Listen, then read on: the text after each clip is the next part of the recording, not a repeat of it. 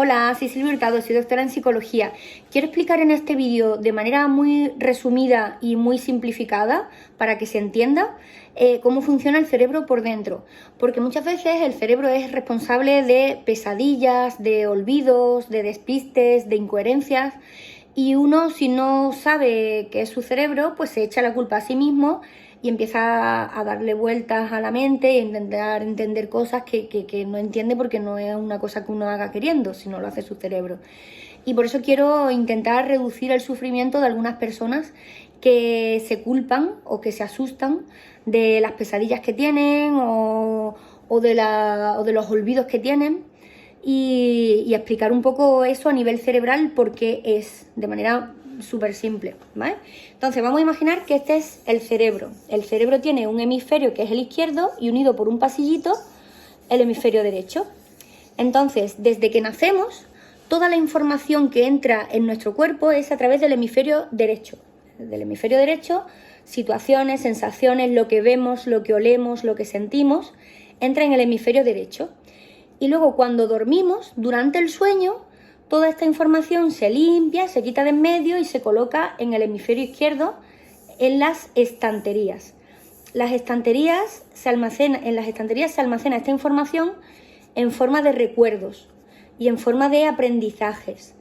Estos recuerdos y estos aprendizajes van a ser como los ladrillitos que forman nuestra identidad, nuestra personalidad. La estructura de la personalidad se basa en los recuerdos, en las vivencias y en los aprendizajes que tengamos. Por eso es tan importante que las primeras vivencias cuando somos pequeños sean seguras, sean sanas, porque esto va a determinar posteriormente cómo vamos a seguir interpretando todo lo que siga ocurriendo en nuestro hemisferio derecho, lo que sigamos viendo, sintiendo, y nos va a acompañar toda nuestra vida los primeros aprendizajes, porque el cerebro no aprende, no guarda la información tal cual entra en el hemisferio derecho y la mete en el izquierdo, no, sino que la comprueba, la chequea y la va organizando y ordenando, la va relacionando con lo que ya hay.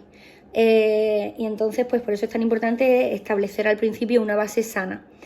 Esta especie de pasillito es como si fuera un filtro de información. Aquí, al hemisferio izquierdo, solo pasa lo que la persona entiende y lo que la persona es consciente y le da sentido. Entonces pasaría para este lado y se quedaría el hemisferio derecho libre para un nuevo día, empezar desde cero a aprender nuevas cosas. El cerebro quita esto de en medio para optimizar la capacidad de aprendizaje. Esto ya se vuelve automático, está aprendido, se quita de en medio y deja espacio para seguir aprendiendo cosas nuevas.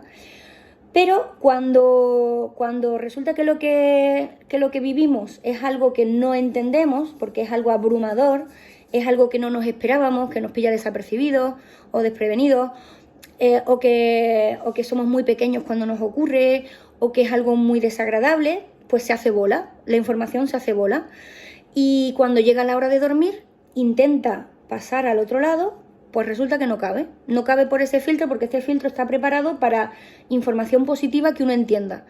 Lo que no entiende o lo que es abrumador, intenta pasar pero no cuela. A eso se le llaman pesadillas. Las pesadillas es el cerebro durmiendo, cuando la persona está desprevenida, está dormida, intentando ordenar, quitar de en medio esa información para desalojar el hemisferio derecho y que uno pueda seguir viviendo al día siguiente cosas nuevas. Pero esto no pasa. Entonces, todas estas informaciones, cuando la persona no es capaz de procesarla, pues hay información ahí que nuestro cuerpo no ha procesado, es información no procesada que va a provocar que no sepamos lo que nos están preguntando. Entonces nos preguntan por aquello y entonces nosotros buscamos aquí y no nos acordamos, decimos, no sé lo que pasó. Dice, ¿cómo que no?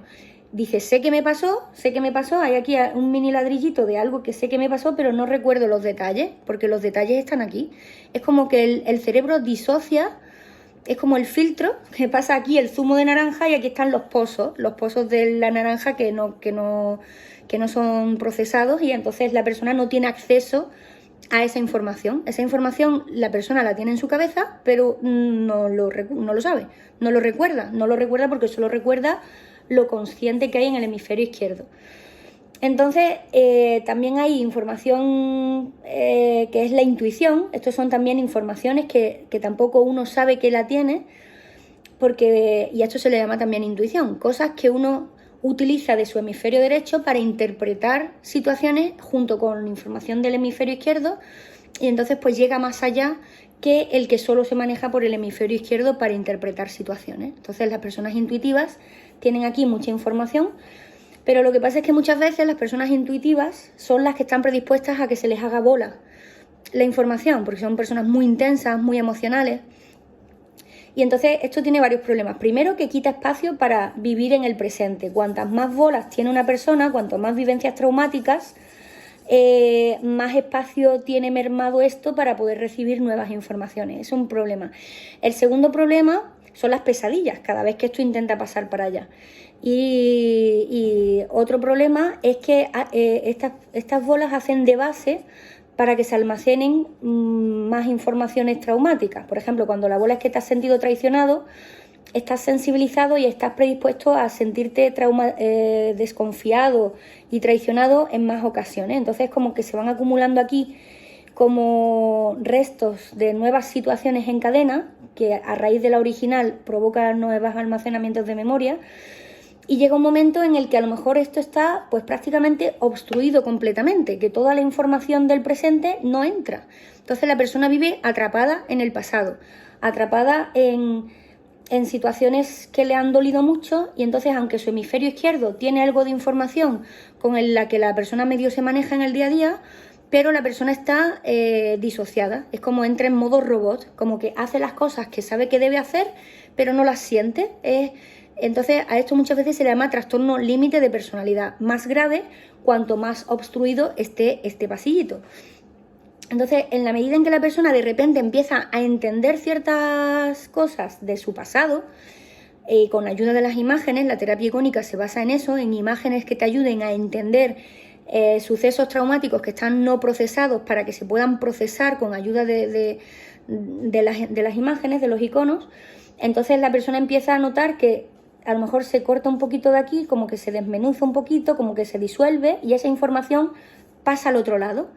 Y es lo que las personas definen como mi cabeza hizo clic. Mi cabeza hizo clic, o mi cuerpo y mi mente hicieron clic, o es el lenguaje de mi cerebro.